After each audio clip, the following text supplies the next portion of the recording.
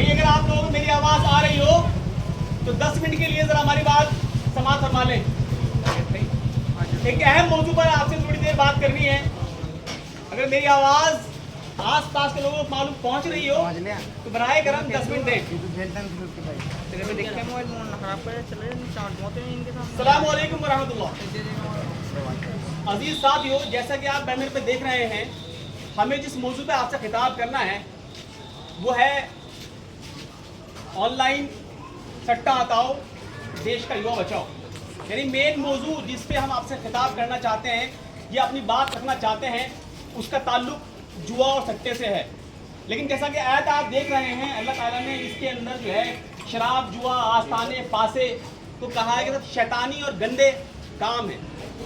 لیکن آج ایشو یہ ہے کہ سٹا جس نئے انداز میں معاشرے میں آیا ہے، عوام الناس اور مسلمان بھی اس بات پر کنفیوز ہیں کہ آیا جو کام ہم کر رہے ہیں یہ جوا سٹا ہے بھی یا نہیں، یہ کوئی بزنس ہی ہے. یعنی آج کے وقت میں سٹا بزنس کے نام سے پروموٹ ہو رہا ہے. اور چونکہ ہم اسلامی اعتبار سے یہ فرق نہیں کر پاتے کہ کب جوا ہے اور کب سٹا ہے یا کب کاروبار ہے، تو اس لحاظ سے ہم کنفیوز ہو جاتے ہیں اور وہ چیزیں جو اسلام میں منع ہیں وہ بھی ہم کر گزرتے ہیں.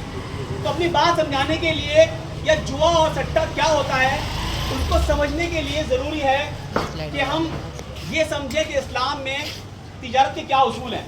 تجارت کسے کہتے ہیں، یعنی کاروبار کیا ہے. اسلام کی نظر میں اگر کاروبار ہم سمجھ گئے تو پھر یہ ہمارے لیے بڑا آسان ہے کہ ہم آسانی سمجھ جائیں گے کہ جوا اور سٹا کیا ہوتا ہے. دیکھیے اسلام کے اندر اس بات کی بہت زیادہ اہمیت ہے کہ انسان اپنے ہاتھوں سے کمائے. اللہ تعالیٰ کی جو زمین ہے اس کے اندر جو مخلوقات ہیں اس سے جو انسان کو اشیاء ملتی ہے، سامان ملتا ہے، یا وہ زمین سے اگاتا ہے یا پیڑوں اور جانوروں سے وہ حاصل کرتا ہے، اس کے ذریعے فیکٹریز کے اندر مختلف قسم کے پروڈکٹ بناتا ہے. ان تمام کو بنا کر بیچنا یا زمین سے اگا کر بیچنا یا پیڑوں سے اور جانوروں سے چیزیں حاصل کر کے انہیں انسان کے فائدے کے لیے بیچنا، یہ تجارت ہے. یہ آپ جتنی دکانیں دیکھتے ہیں سب تجارت ہیں. اسلام میں تجارت کی اتنی اہمیت ہے کہ حضرت محمد صلی اللہ علیہ وسلم نے نفلی عبادت سے زیادہ بہتر بتایا ہے کہ حلال روزی کمائی جائے. تو پہلی چیز تو اسلام کے اندر یہ ہے کہ انسان سامان بنائے، سامان خریدے، سامان بیچے، پہلی چیز. دوسری بات یہ ہے کہ انسان سروس دے. سروس کیا ہوتی ہے؟ مان لیجیے نائی ہے وہ بال کاٹتا ہے، ڈاکٹر صاحب ہیں وہ انسان کو پیشنٹ کو دیکھتے ہیں، وکیل صاحب ہیں وہ کیس لڑتے ہیں، کوئی کوریئر والا ہے وہ کورئر بھیجتا ہے، پوسٹ مین پوسٹ لے کر آتا ہے. تو اسی طرح ہم دیکھتے ہیں جو ٹنکی ٹھیک کرنے والا ہے، نل ٹھیک کرنے والا وہ یہ کام کرتا ہے، کچھ لوگ بجلی ٹھیک کرنے کا کام کرتے ہیں. یہ سب کہلاتی ہیں سروسز، سیوائیں. تو یہ بھی جائز ہے کہ ٹیلنٹ ہے انسان کا، ہنر ہے انسان کا جو اللہ نے انسان کو دیا ہے، اور انسان یہ ہنر تعلیم لے کر، ٹریننگ لے کر، ایکسپیرینس سے حاصل کرتا ہے اور اس کے ذریعے پیسہ کماتا ہے. جائز ہے، ضروری ہے. تیسری بات یہ ہے کہ اللہ نے انسان کو جو پراپرٹی دی ہے، مال و دولت دیا ہے، گھر زمین جائیداد دی ہے، گاڑی بنگلہ دیا ہے، اس طرح کی چیزوں کو اگر وہ کرائے پہ دے اور اس سے کرایہ کمائے یہ بھی جائز ہے. اور ان تینوں کو ملا کے ہم کوئی نئی فارم بنا لیں وہ کام کرنا بھی جائز ہے. اب اس میں بھی جو کچھ خرابی ہو سکتی تھی وہ بھی صاف صاف نشاندہی کر دی گئی کہ کیا چیز خراب ہے. کہا گیا کہ جھوٹ بول کے کاروبار مت کرو، دھوکہ دے کے کاروبار مت کرو، بنا جانچے پرکھے سامان مت خریدو، سامان مت بیچو. رسول اللہ نے یہ بھی فرمایا کہ اوکا کا اوکا مت خریدو. کیا فرمایا؟ بلکہ فرمایا کہ اس کو تولو، اس کی قیمت طے کرو، پھر خریدو اور بیچو. آپ نے یہ بھی فرمایا کہ سودے پر سودا مت کرو. اتنا ہی نہیں بلکہ عرب کے اندر جو لوگ کاروبار میں سٹا انوالو کرتے تھے، رسول اللہ صلی اللہ علیہ وسلم نے اس کی بھی نشاندہی کی اور فرمایا یہ کام مت کرو. 2-3 مثالیں دوں گا میں. عرب کے لوگ جو ہے وہ یہ کرتے تھے کہ باغ خریدتے تھے، کئی سالوں کے لیے باغ پرچیز کرتے تھے اور پھر وہ پھل آتے تھے اور بیچتے تھے. رسول اللہ نے فرمایا کہ نہیں ایسا مت کرو. کیوں نہ کرو ایسا اس لیے نہ کرو کہ مان لیجیے ایک آدمی نے باغ لیا ہے، 2 लाख का सौदा तय हो गया। अब बाग में फल आया 50,000 रुपए का, तो क्या हुआ, नुकसान हो गया कितने रुपए का, सामने वाले को 50,000 रुपए का। उसके बाद ये भी उठता है कि बाग में 1 लाख रुपए का, फल आया 5 लाख रुपए का, तो जो बाग का मालिक था उसको कम प्रॉफिट मिला, कम फायदा मिला। यानी इस कारोबार में क्या हो रहा था, खरीदने और बेचने वाले को ये मालूम नहीं पड़ पा रहा था कि हम कीमत कैसे तय करें। तो रसूल ने फरमाया कि बाग मत खरीदो, बाग मत बेचो जब तक के फल नुमाया ना हो जाए, फल इतना बड़ा ना हो जाए कि आप उसे खा सको। एक हदीस में ये भी आता है, जब तक कि आफत का जमाना ना चला जाए या पेड़ों में लगने वाले कीड़े का वक्त ना गुजर जाए, उस वक्त तक बाग का सौदा मत करो। यानी जब नुमाया हो जाए पेड़ पर फल और मालूम पड़ जाए कि ये फल कितने का होगा, उस टाइम बाग खरीदो और बेचो। इस तरीके से अरब लोग क्या करते थे कि सौदे करते थे ऐसे कि भाई तुम्हारा ऊँटनी है, इस ऊँटनी ने अगर एक और ऊँटनी दी, उसके अगर एक और बच्चा हुआ, बताओ बच्चा कितने का होगा या गोश्त कितने का होगा उस बच्चे का। तो बेसिकली ये क्या कर रहे हैं इन दोनों काम में एक तरीके से वो छुपा हुआ जो वक्त है, मालूम नहीं बच्चा होगा नहीं होगा, कितने किलो का होगा, ये जो खराबियां थी ये भी हज़रत मोहम्मद सल्लल्लाहु अलैहि वसल्लम ने मना फरमा दी। यानी तिजारत को, कारोबार को पाक कर दिया बुराइयों से। इसको अगर हम समझें तो इसका मतलब यह है, अल्लाह ताला चाहता है इंसान दुनिया में खाए, कमाए, मेहनत करे, लेकिन वो जो कमाई हो उस कमाई की बुनियाद झूठ, धोखा, दगाबाजी, मक्कारी, चालाकी, सट्टेबाजी, जुआबाजी ना हो, बल्कि जो हम सामान बेच रहे हैं उस सामान की आला दर्जे की हैसियत हो। जो हम सर्विस दे रहे हैं, अगर मैं डॉक्टर हूँ या मैं इंजीनियर हूँ या मैं लॉयर हूँ या मैं प्लम्बर हूँ या मैं इलेक्ट्रीशियन हूँ या मैं कोने वाला हूँ, तो जो मेरी सर्विस है वो सर्विस इतनी आला दर्जे की हो जिसकी वजह से मैं कह सकूँ मैं पैसे ज़्यादा लूंगा क्योंकि मैं ज़्यादा अच्छा काम करता हूँ, मैं ज़्यादा पैसे लूंगा क्योंकि मेरा सामान ज़्यादा अच्छा है। तो इस तरह अल्लाह ताला ने ये चाहा, इस्लाम ये चाहता है कि इंसान दुनिया में बेहतरीन सामान बनाए, बेहतरीन सर्विस दे, ताकि इंसान ज़िंदगी में आसानी हो। पैसा कमाना ज़रूरी है, जायज़ है, इसके बिना हम जी नहीं सकते। हमारी आखिरत की जब तक पूरी नहीं होगी, जब तक दुनिया हमारी अच्छी नहीं होगी। लेकिन कारोबार को पाक कर दिया, साफ कर दिया और ये मैसेज दिया कि दुनिया में तरक्की करने का रास्ता यही है कि आप जो सामान बेचते हो, जो सर्विस देते हो, वो आला दर्जे की हो तो पैसे कमाओ। अब इसके बाद में बात करते हैं, इनके अलावा इस्लाम में बहुत सी चीज़ें साफ तौर पर मना कर दी गई कि ये काम मत करो। उसमें से बड़ी बड़ी 4 चीज़ें हैं। नंबर 1 शराब पीनी भी हराम है, शराब का कारोबार भी हराम है। नंबर 2 सुअर खाना भी हराम है, उसका कारोबार भी हराम है। नंबर 3 ब्याज लेना भी हराम है, देना भी हराम है। नंबर 4 जो है जुआ और सट्टा। ये 4 तरह की इसमें खास तौर से मना कर दी गई। क्यों मना कर दी गई, ये बात करते हैं। देखिए, अगर आप जानते हैं शराब जो है वो इंसान की अकल खराब कर देती है, घर बर्बाद कर देती है, समाज को बर्बाद कर देती है, इसलिए इसको हराम कर दिया गया। सुअर के अंदर बहुत से नुकसानात हैं जो इंसान की फितरत को मस्त करते हैं, इसलिए उसको मना कर दिया गया। इसी तरीके से हम बात करते हैं जुआ और सट्टे की। अगर आप समझ लेंगे जुआ सट्टा क्या होता है और सूद क्या होता है, तो फिर आसानी से आप ये पता लगा पाएंगे मैं जो काम कर रहा हूँ इसके अंदर कहीं जुआ सट्टा इन्वॉल्व तो नहीं हो गया। सूद क्या है? सूद ये है कि आप किसी को पैसा दें, उधार दें, इस शर्त पे दें कि जितना पैसा मैं दे रहा हूं वो तो पूरा का पूरा मुझे तू वापस देगा, लेकिन साथ में बढ़ा के भी देगा।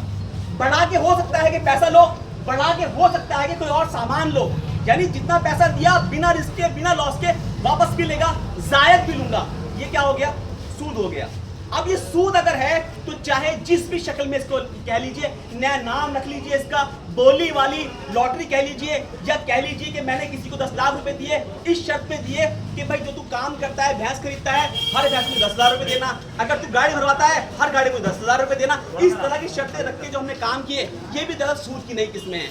सूद की नई किस्म ये भी है कि आज के वक्त में बहुत सी कंपनीज ये कहती हैं कि हमें 5 लाख रुपए दो, 10 लाख रुपए दो, 3 लाख रुपए दो, 6 लाख रुपए दो, हम आपको माहाना पैसे देंगे ही देंगे, नुकसान कभी नहीं होगा, फायदा ही फायदा होगा। कई बार वो पैसे फिक्स करते हैं कि इतने मिलेंगे मिलेंगे, कई बार वो अप्स एंड डाउन भी होते हैं, लेकिन नुकसान नहीं होगा, फायदा ही फायदा होगा। ये भी क्या है? सूद है। क्या है? ये भी सूद है। अब चाहे नाम कुछ भी रखो, लेकिन ये सूद है। नंबर 4 बात जो बहुत खतरनाक आज के वक्त में है, मैं उससे बात करना चाहता हूँ, वो है जुआ और सट्टा। जुआ और सट्टा क्या है? जुआ सट्टा ये है कि इंसान ना सामान खरीदे, ना सामान बेचे, ना कोई सर्विस प्रोवाइड करे, ना कोई चीज किराए पे दे, बल्कि किसी बात के होने पर या ना होने पर पैसा हार जाए या जीत जाए। यानी जो चीज अभी आज गैब में है, गैब में होने वाली चीजों पर शर्त लगाना, पैसे लगाना कि मेरे फेवर में होगी मैं जीत जाऊंगा, मेरे अगेंस्ट होगी तो मैं हार जाऊंगा। आज के वक्त में अगर ये आप समझते हैं कि ये सट्टा है, तो आज के वक्त में इसकी मुख्तलिफ किस्में हमारे सामने आई है।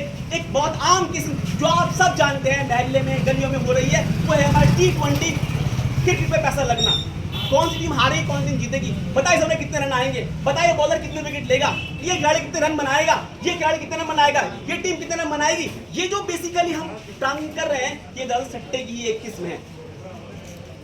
सट्टे को हम आगे बढ़ाएं तो आज के सट्टा दो तरह से फैल रहा है, एक ऑनलाइन गेम्स के जरिए और दूसरा बहुत सी कंपनीज हैं जो हमें सट्टे कारोबार में उलझा रही हैं। ऑनलाइन गेम्स की मैं अगर बात करूं तो बहुत आम है एविएटर, कलर ट्रेडिंग, रमी, तीन पत्ती, माई 11, ड्रीम 11, प्लेइंग 11 और रमी के भी मुख्तलिफ किस्म के बेसिकली गेम्स यहाँ मौजूद हैं। ये तमाम तर के अंदर क्या होता है कि मुख्तलिफ शक्ल है, मुख्तलिफ किस्में हैं, लेकिन पैसा लगाते हैं, पैसा हारते हैं या पैसा जीतते हैं। और इसके अंदर ना समझी में हमारे छोटे छोटे बच्चे इसमें इन्वॉल्व हो गए हैं, जिससे वो ना पढ़ रहे हैं ना उनके जहनों में कुछ बात आ रही है, बस यही लगे हुए हैं कि हम पैसा कमा लें, हम ये काम कर लें।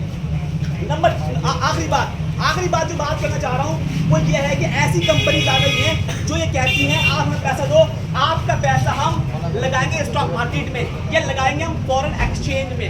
स्टॉक मार्केट आपने नाम सुना होगा, बहुत सी कंपनी जहाँ शेयर खरीदते हैं और बेचते हैं, लेकिन वो शेयर की बात नहीं करते, वो बात करते हैं इंट्राडे ट्रेडिंग की, यानी शेयर की ऐसी किस्म जहां ना बेसिकली शेयर खरीदते ना शेयर वहां बेचा जाता, बल्कि मार्केट के अंदर जो शेयर के प्राइस हर दफा घट रहे हैं और बढ़ रहे हैं, उस प्राइस पे पैसा लगाया जाता है।